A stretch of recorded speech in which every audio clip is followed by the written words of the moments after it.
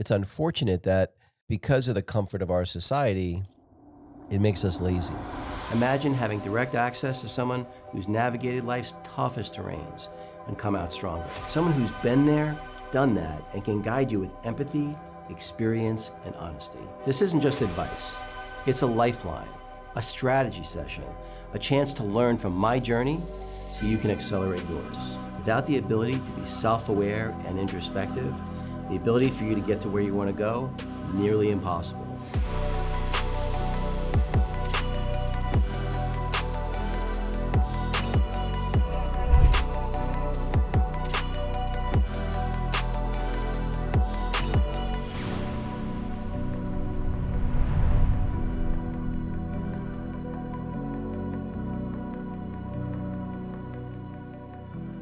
Welcome to the David Guttman podcast. I have a really special guest with me here today, a dear friend of mine, Agustina Visconti, the CEO of Infinite Brands. So nice that you could join me today. Thank you so much for having me, Dave. So I wanted to bring you on for a few reasons. You're an immigrant. You're a CEO of your own company. You're a woman, obviously, and you're a dear friend. And so I thought it would be really useful. Most of the people that I interview tend to be men. And so I just thought it'd be useful to get some different perspectives on things. And obviously you and I talk about a lot of things, not just business related, but so maybe start a little bit by, just for the audience, talk a little bit about your background, what your parents did. Why don't we start there and kind of maybe where you got your entrepreneurial, flavor, if you will, growing up. Well, I am from Argentina.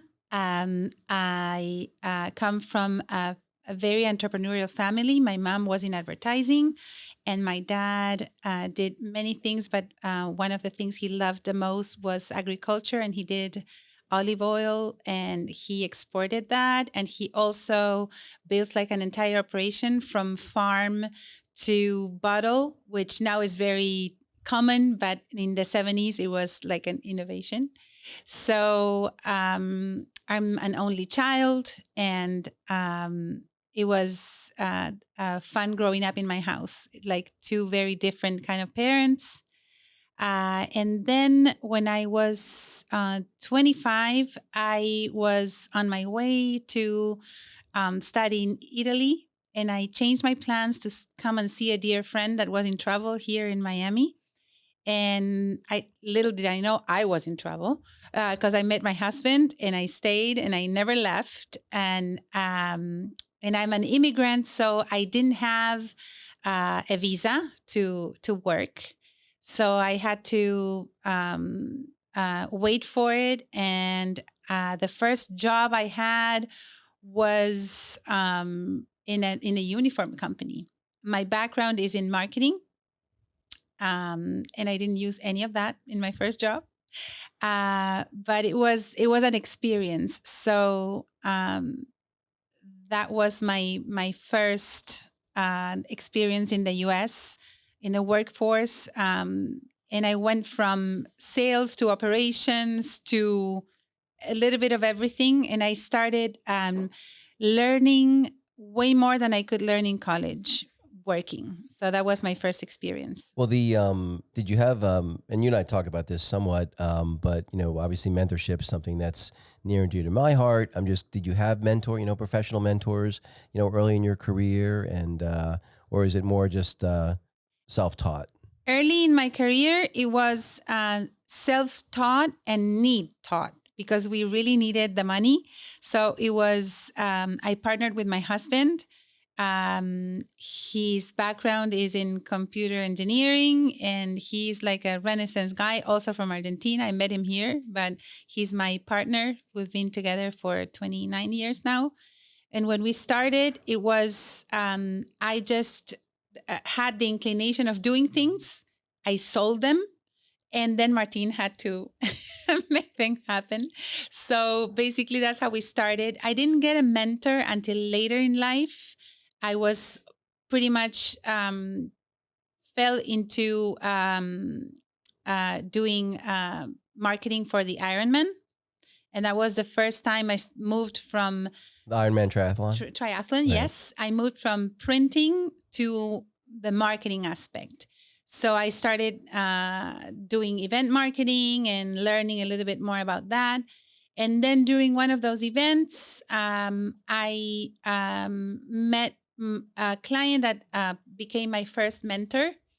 It was half torture, half mentor, but I learned a lot. And it was basically a lot of learning as I went. So it was the ready, shoot, aim approach. Right. So, and I feel now looking backwards that we were fearless. We just, whatever we wanted to do or needed to do, we learned it and went ahead and did it. Sometimes great, sometimes not so well, and then did it again. But the biggest thing for me was basically going Nike style, just do it. So I'm curious, this is my perception of things, and obviously we've known each other now for I guess it's been about 4 years, right? Yes. Yeah. Um, I've seen, and again, obviously I don't have the prior 50 years to compare it to of your life. But it does seem like over the last 4 years, you've really kind of come into your own. I think you probably have been more financially successful in the last 4 years, last couple of years than maybe the first 52. Is that Yes, fair? that's totally So fair. what changed? I think COVID was a moment of acceleration. We, like every contract that we had and everything that we've been working for in 2019 um, until March 14th. I had a great meeting March 14th when everything closed. So all my contracts, everything in my funnel that I worked the entire year in 2019 was shut down in a day, one day, just one day. Um, my as we said, my parents are immigrants too, and my dad got very sick when he came from Argentina, and it was a struggle. It was very expensive to keep him alive. Like medicine here is insane, so there was not much money in the bank. So for me, it was horrifying to like come at a standstill, but it seems that the same amount of pressure that we were under put us in like an accelerated growth path. So for whoever is under extreme pressure, I feel that it could be a place of extreme growth at the same time. So for us, it was super scary, but um, we didn't have time to think if we could do things or couldn't do it. We just were on doing mode, up at 5 in the morning, discussing plans, and we were given an opportunity of creating an app to manage uh, COVID back then. And that's actually how I met David, which also was part of our accelerated growth because things that I learned from you were like path changing for me. It was impactful for me and for Martin and my family.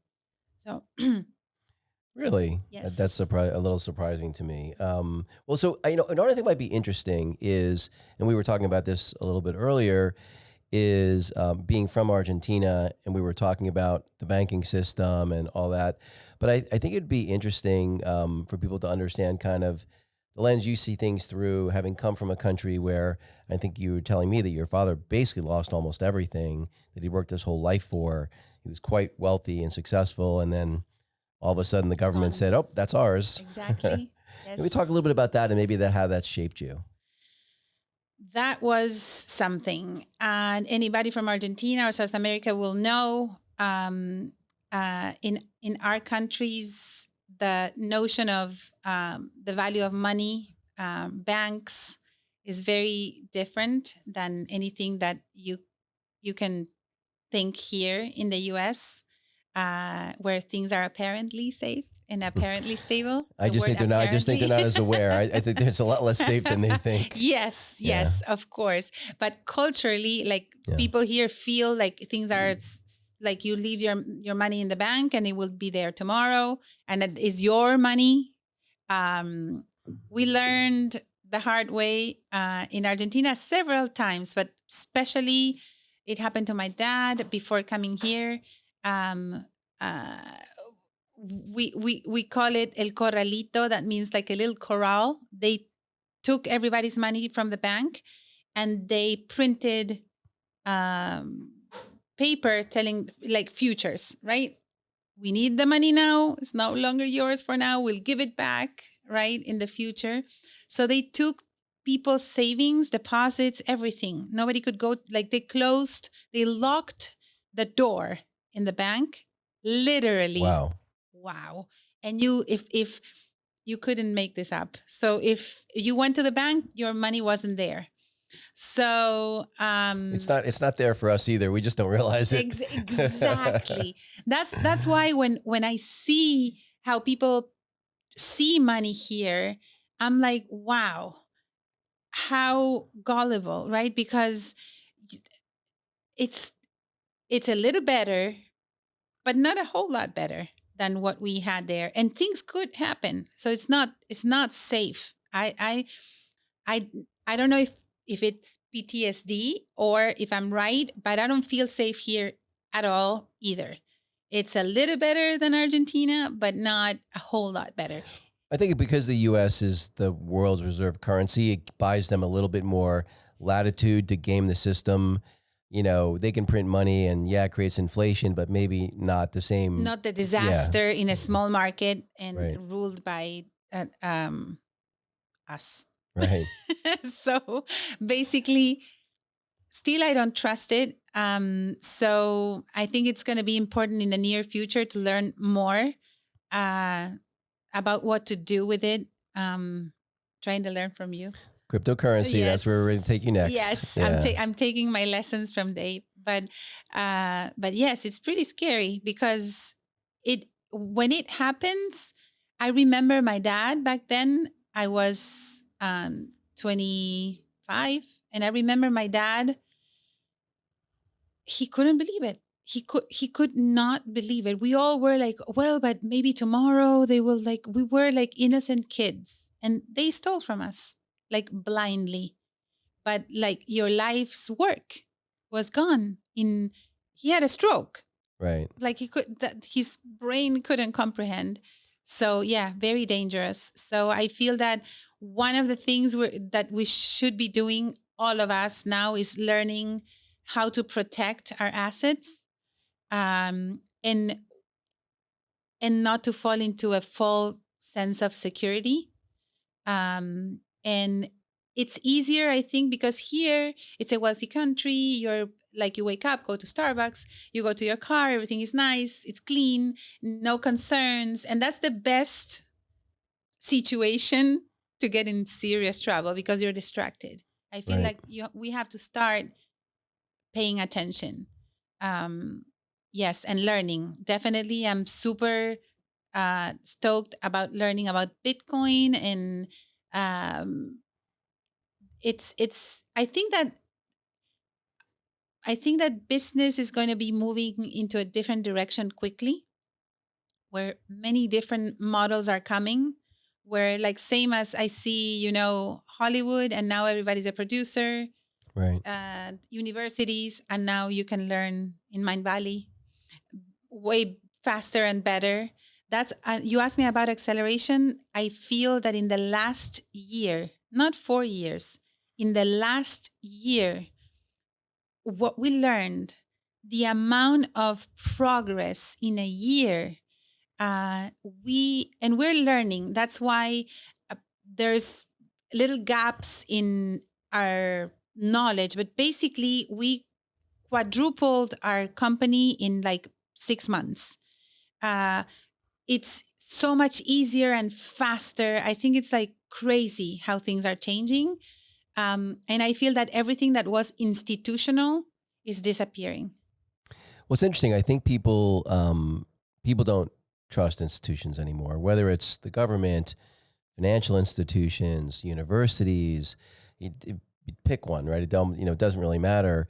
And I think it's part of the reason why social media and influencers have become so much more important in the ecosystem is people trust people. It's kind of like, when people buy things, they generally buy from people. And so who do you trust? Well, I don't trust the institutions anymore. So then the next level is, well, maybe I can trust that particular person, right?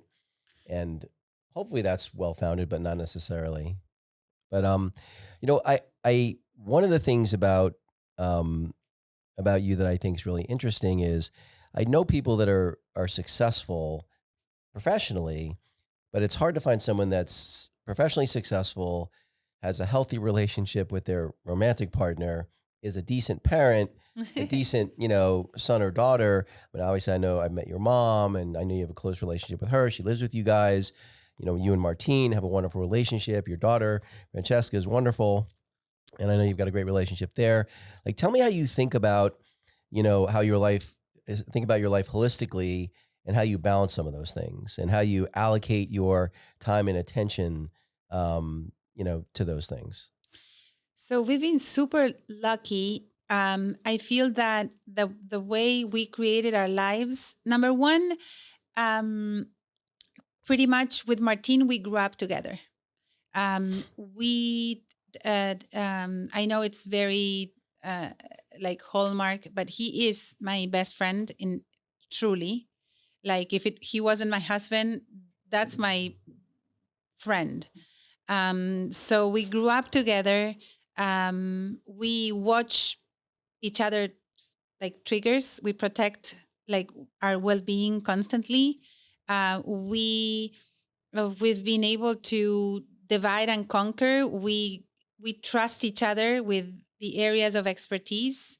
Um, um, Martine always, puts me in a pedestal. That's he's super adoring. But in all honesty, he's a brilliant guy. I tremendous respect for him.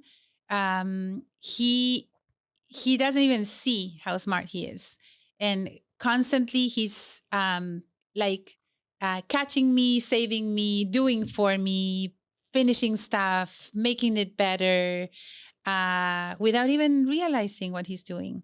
I'm very noisy and I speak a lot, and I'm always laughing and singing, and he's way more relaxed and quiet. But he is like my secret weapon in everything I do because he's there. He's my backbone. What's interesting to me though is so many, almost without exception. You guys are one of the few exceptions. In fact, my wife Cena and I were talking about this. I can count on one hand how many healthy couple relationships I know, right? And maybe have a finger or two left over. Um, and and the term familiarity breeds contempt. The couples that I know that have been together for a long time, not all, but the vast majority of them, because they know each other so well, not only don't they put the other person on a pedestal, it's quite the opposite. They kind of know, where their flaws are, and it's almost like over time they have contempt for each other. Which once you have contempt for your partner, it's over, right? There's so how is that? How come that hasn't happened? Do you think in your relationship? um, I feel that one thing that we lead a very simple life. We both enjoy super simple stuff, and I feel that there's a lot of transparency, and we agreed from the beginning that nobody wanted to change anybody. Like we are flawed, very much so, and we like Martine is very grumpy, and to me I'm the only person, and everybody hates me for this, but it's endearing to me. I like the things that would drive anybody crazy. I like him. What can I say? Same with me. So I feel like I could feel anything for him but contempt. Not that I wouldn't know how to feel that. Um, and he's just such. a good person, not as a man or as he's a good person. He took care of my dad till the last breath. He's the nicest guy with my mom. They're both grumpy and difficult. Martin more than my mom, and they're almost the same person in a way, and they love each other. He takes care of her. That for me is key. He, as awesome as he's been with work and everything else, I think that being a dad is his thing. Like being a dad, amazing. So I think that what we do is we come up to the relationship not 50-50, is we are 100 and 100. So I don't care whatever he gives, he will have 10% days. I'll show up with 100s, and he will do the same, vice versa. We're never measuring, I think, what somebody brings to the relationship. Not keeping score. No, ever. I think that's good. Since day one, we never track money. So that's the beauty of starting poor. So we, and it's today. Like I couldn't care less. Whatever he needs and wants, I don't care. So when you think about, now that, I think you said your business has quadrupled in the last, year or so, as you think about what's in the future for you professionally, how do you think about that? Do what drives you? What motivates you? I know you're not the Lambo Ferrari type person, but what is it that motivates you? Is it just financial independence? Like, what is it that motivates you? Well, now the last thing we did as a family is try to envision what we want to do, where we want to be, and the main goal now is try to create enough income to finance uh, that lifestyle with freedom. We like to work, but we would love to have freedom to like either do it, not do it, do it. We both with Martine like I like designing, I like cooking, we like architecture, we like music, so we want to be able to do those things with our daughter. And we are trying to like create like a little compound for ourselves. We don't care where we live. We don't have anything to show, so we want to finance that lifestyle. Travel a little bit. We enjoy it so much that it's sometimes even hard to travel because we are happy Right. in North Miami. But what can I say? That's what we do. It's not a crazy thing, but we want to be comfortable. I want to take care of my mom, and I want to make sure Francesca does what she likes. And she can, if she wants to make music, she can do that. If she wants to paint, she can do that. And we want to be close together and be able to be in places we enjoy. But everything is simple. So those are my ambitions. So I know you were really close to your dad, and you lost him. I think it all started with him losing everything from Yes. from Argentina. Maybe talk a little bit about that and how that loss maybe shaped how you think about family and the kind of why. And not only that, but then you also had a really near death experience with your husband, with Martine, and maybe talk about how that's caused you to think about your own health, about the health of your family, about how you focus your energy in that respect. Well, the loss of my dad almost killed me. It gave me broken heart, which it's like it's physically you're a heart patient without being a heart patient. Um, so it was to me devastating because my dad embodied um, everything I like in a person, as does my mom, but in a different way. He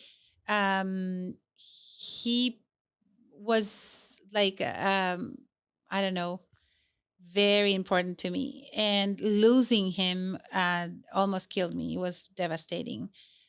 Also, it taught me that I could decide to stop the grieving process and make a conscious decision of being present, being there for my family, because I understood that in turn, I was the same thing my dad was for me, for my daughter, for my teen, for my mom.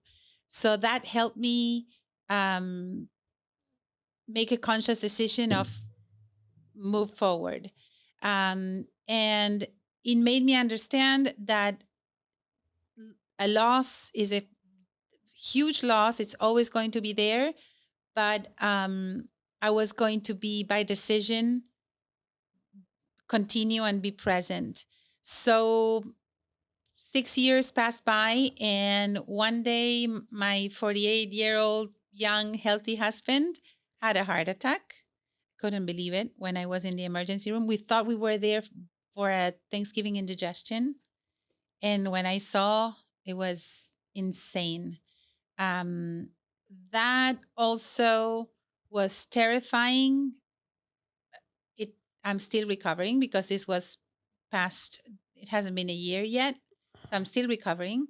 But the passing of my dad made me so resilient. So I was not afraid for me what's going to be my life without Martine, because it's like half my life would be gone. But I know I'm self-sufficient, I'm resilient, and I can pretty much do anything. I just don't want to do it without Right. but that's the thing. Crazy enough, like a few months before, I was like kind of obsessed with getting life insurance, like a high life insurance, and we did For you, for him, or both? both. Okay. Yes. Wow. You know, I'm a little witchy. Yeah, But it's true. yes, I was obsessed. So when I was standing there after everything was said and done, the one thing that I learned is how incredibly important is to prepare, to prepare, to try to prepare your business, to think ahead. I was so happy that I was able to do it. That didn't happen with my dad. Was just it was like a tsunami. Here, what happened with my dad prepared me to think ahead, and learn. But it still, of course, was scary. And the crazy thing was that um, in my mind, I was able to resolve many things, but my body didn't. Like I know that since December to now, I'm just getting out of my state of panic, because it was hard to handle.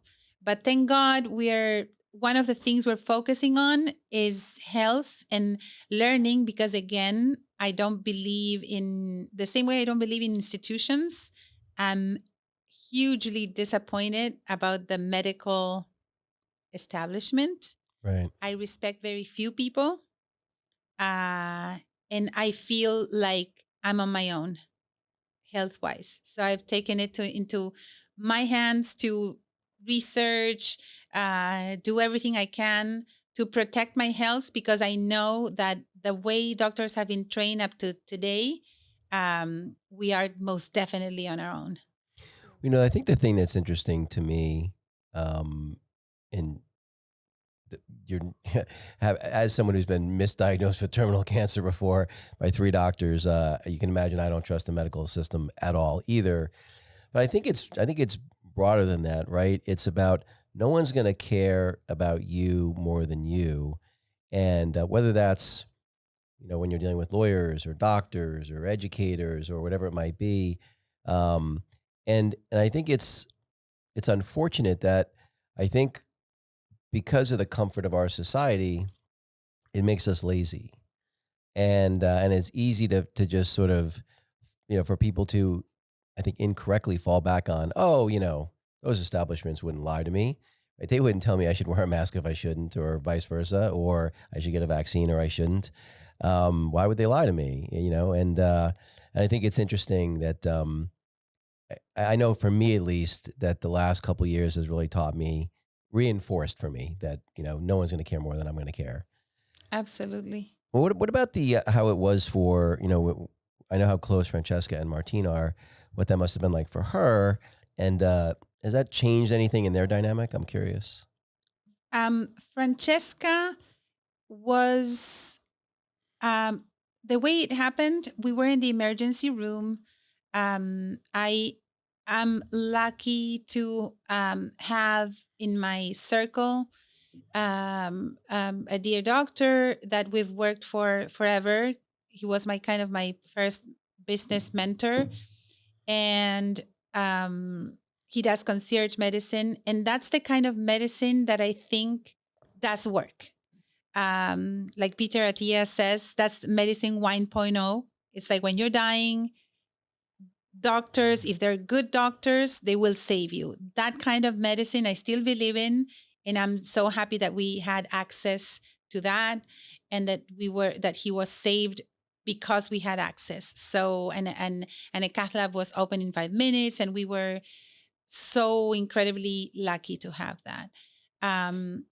For that, Francesca went through it in a better way because she was reassured, and she believes in this. So she was told, "Listen, that is being taken care of." And he came out of it in 35 minutes. Mm, Um, had not he been able to be there in like 20 minutes, he most certainly would have been dead. He had a clot the size of, like, it was like almost a centimeter. Um, it's called a widowmaker for a reason. right. Yes, and crazy enough, uh, our hematologist told us that many cases in the hospital correlating to the vaccine. Right. Thank you very much. So it was not fun to realize that.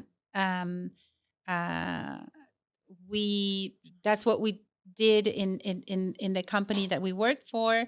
Try to protect people, and you believe what you're told. And we one of the lessons there is that we most definitely will question even ourselves many times. And that's one of the things that we taught Francesca, is to question everything constantly, even her own beliefs, because you can change, you can improve, you can, I don't know, most definitely, health wise, I feel that medicine 2.1.0, the one where you go to the hospital with a heart attack, great. Now I'm so hardcore with questioning that I am even questioning functional medicine, because I see a lot of supplement pushing now and marketing. So I feel that the best way to go now is to learn. Like you said, nobody knows more about you than yourself. So I want to write my own user manual.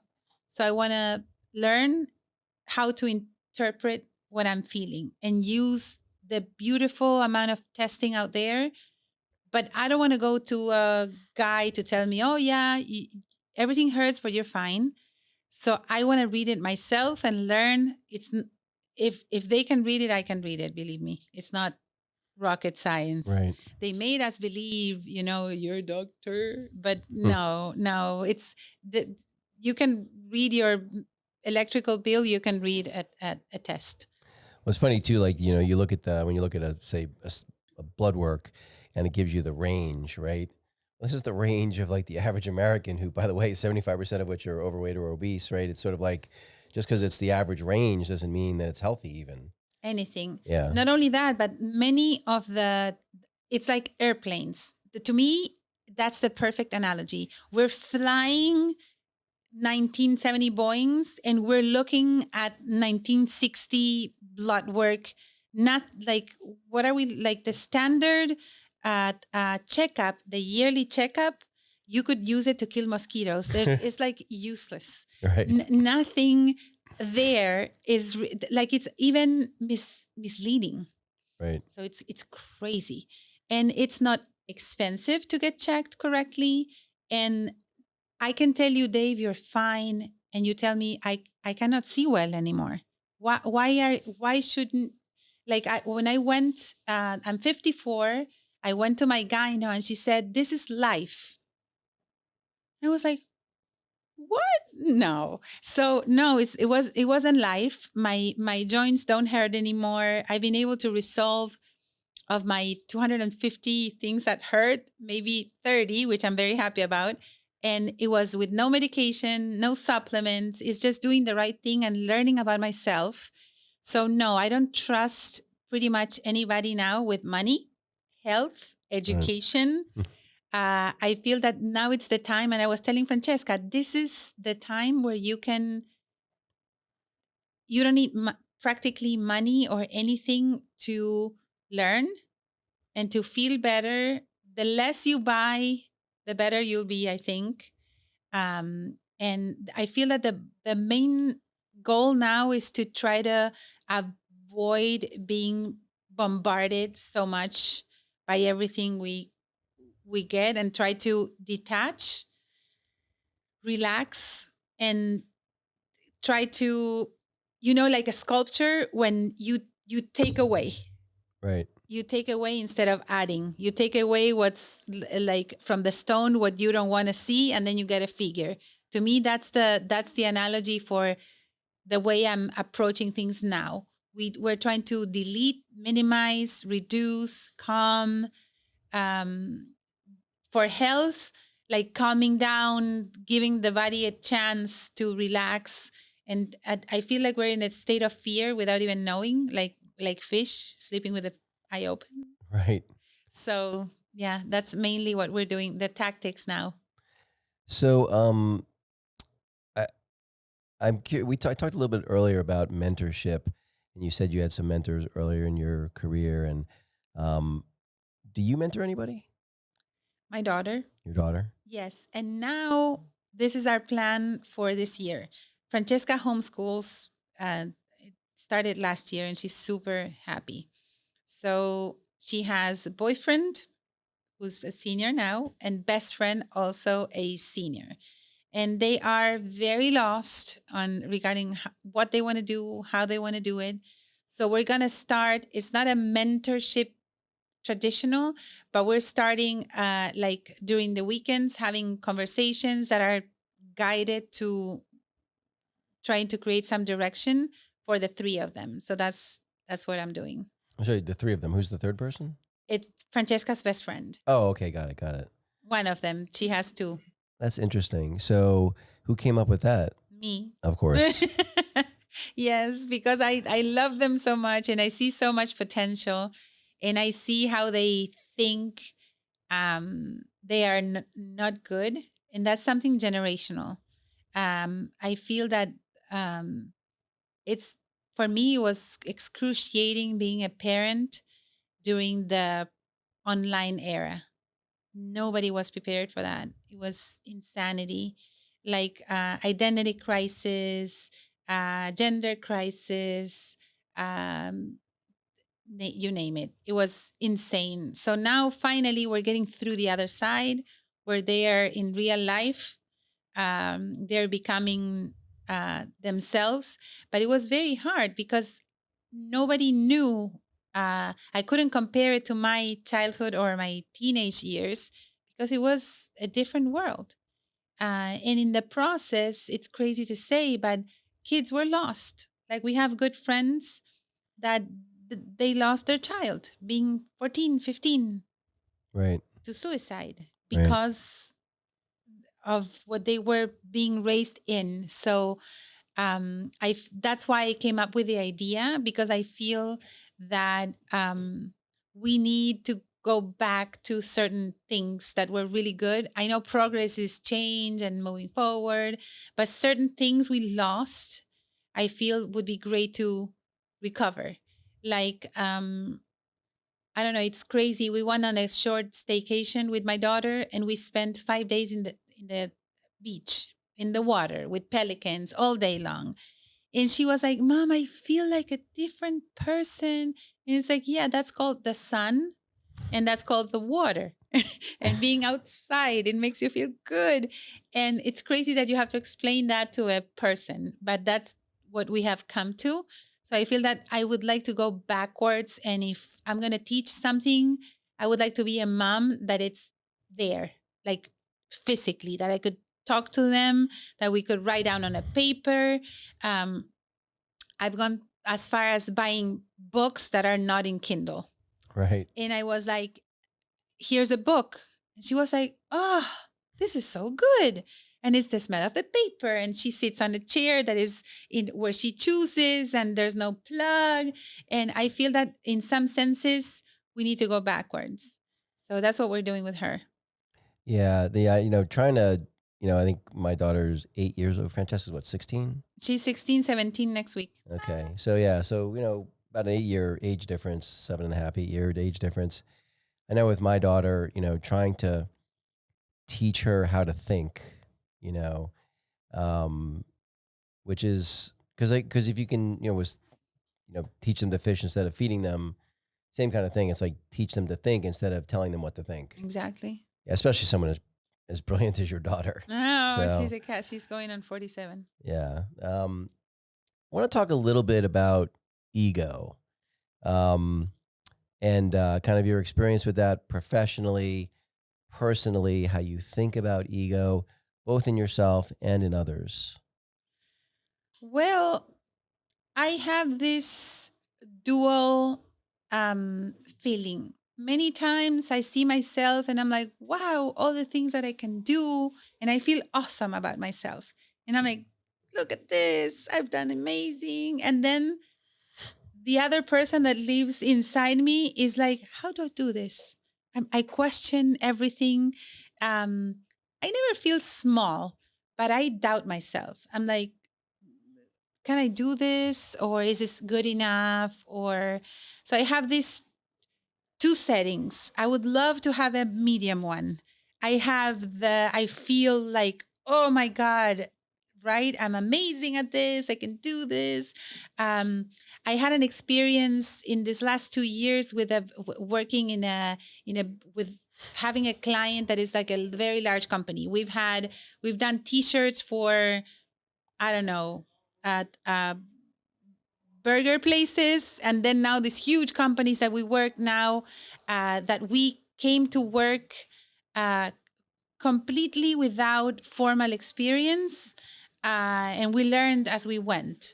So and people are very nice, they teach you a lot of things. But going back to ego, I felt like, wow, it's crazy how little me, I'm so much better than all these people in huge corporations.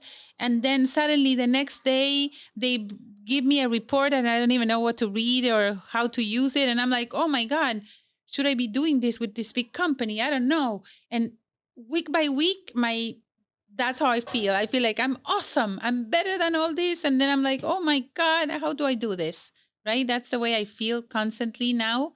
I feel that that's part of evolving fast, where you are very experienced in certain things, and you just were thrown in the water to do certain other things. I feel like I can survive, but ego wise, um, I I think that one of the qualities that I like about myself is that I have the ego to feel confident, but I have no problem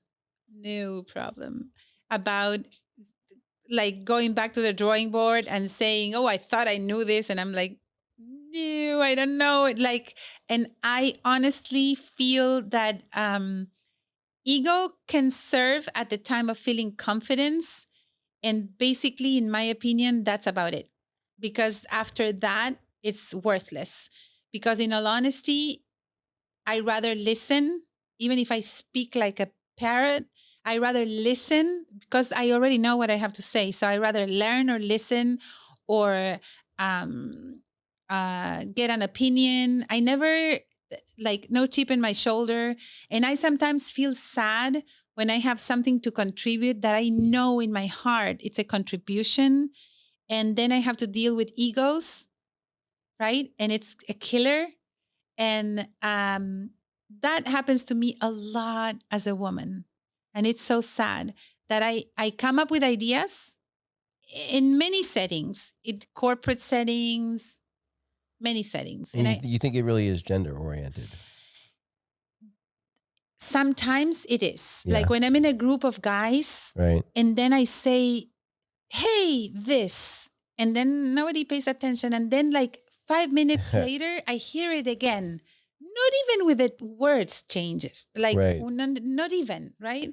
Or I come and I say, we should do this, this, and this. Nothing happens. 2 months pass by and I say, you know what? To my face. They Right. tell me we should do this. And I'm like, Twilight Zone, what's going on? So that is crazy. That kind of ego drives me insane. So to me, ego for confidence, all good. The rest, useless. No, it's funny. I think mentally healthy people all feel to some degree a continuous level of imposter syndrome. I think that everyone feels that way. I mean, I'm even a few years older than you, pretty experienced. I feel it every single day. How? Oh, I absolutely. But at the same time, it isn't that I don't think I have ability and or that I can do it. But at the same time, it's just like what you're saying. It's almost like you're a little schizophrenic. It's like, oh, I know I can do this. How am I doing this? Like you have both thoughts at the same time. Why is everyone listening to me? Like what who am I? Like, you know what I'm saying? So I really do think I actually think that's healthy.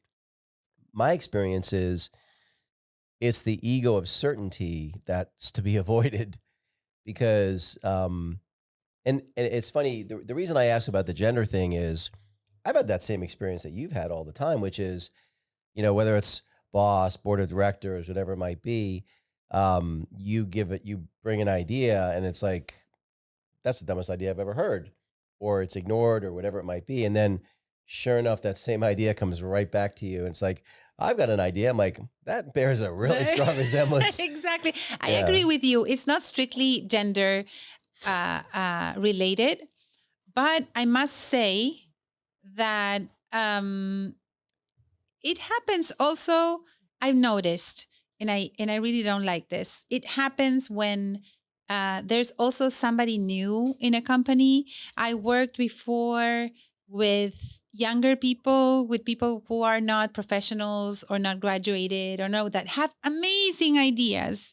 And when they want to say something, they're like, oh, right. I really don't like that.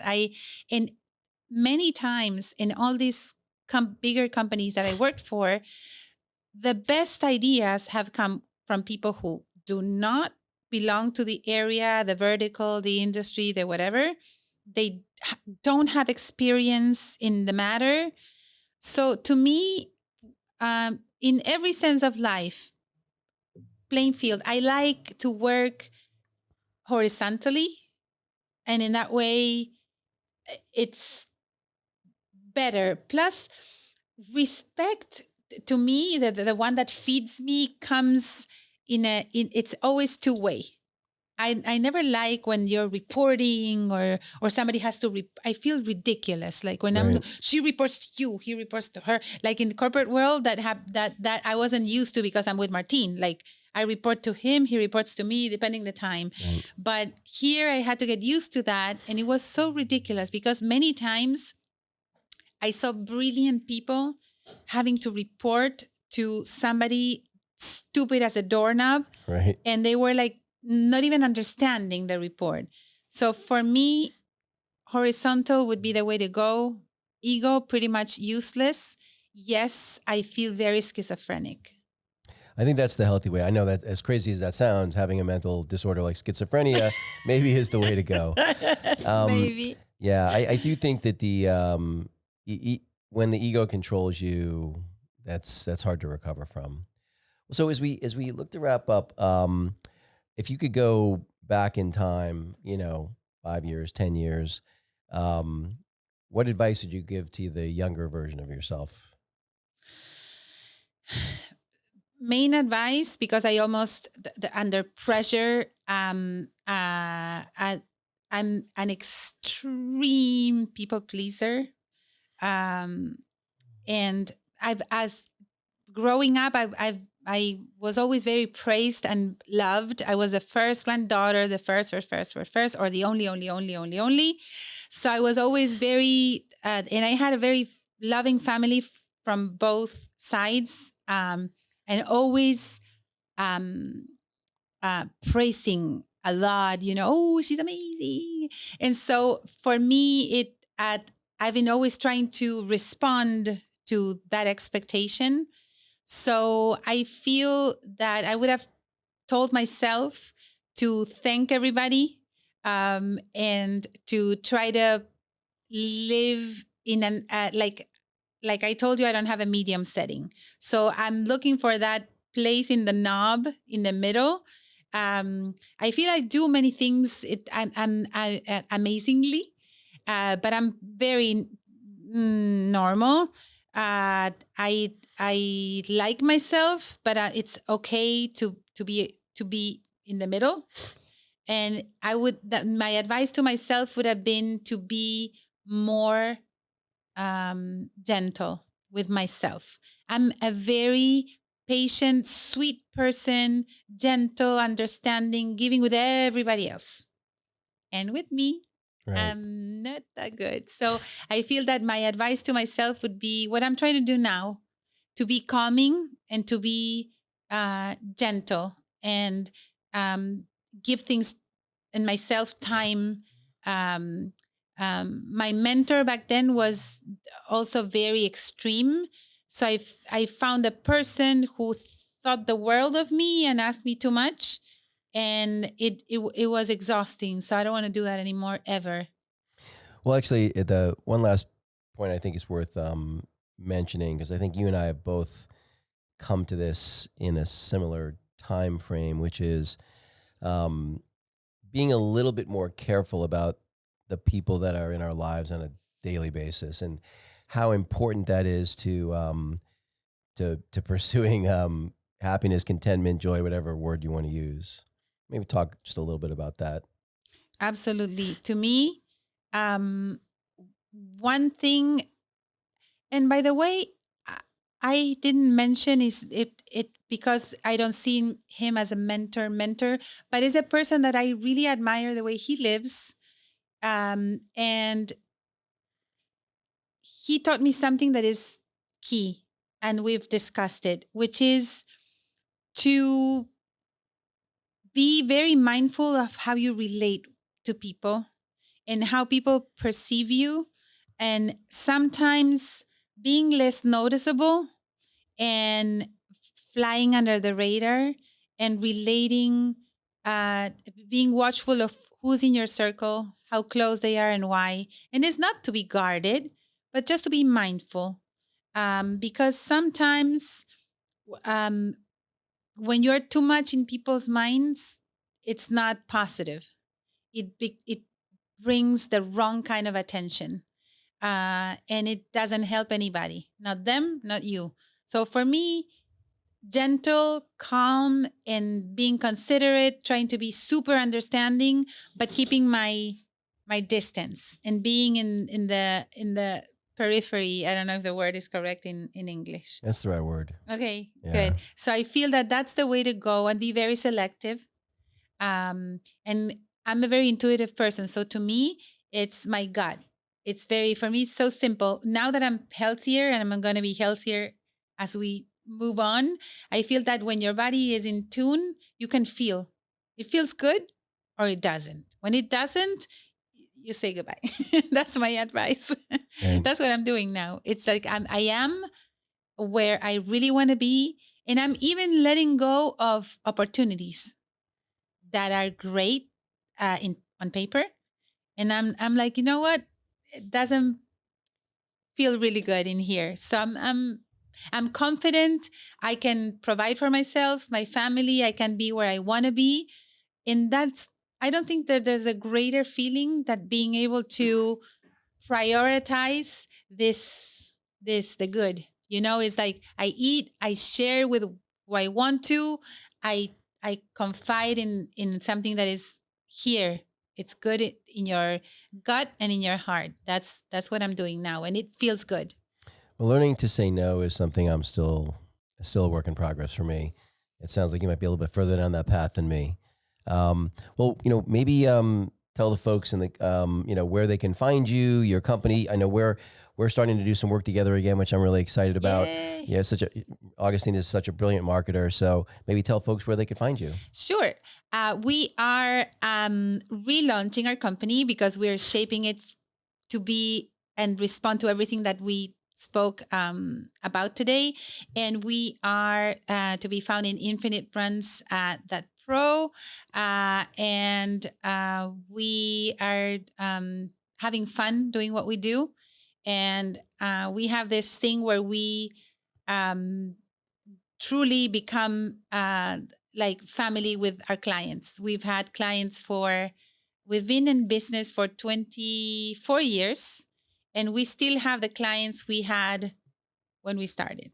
So we go long, like married 29 years, in business 24.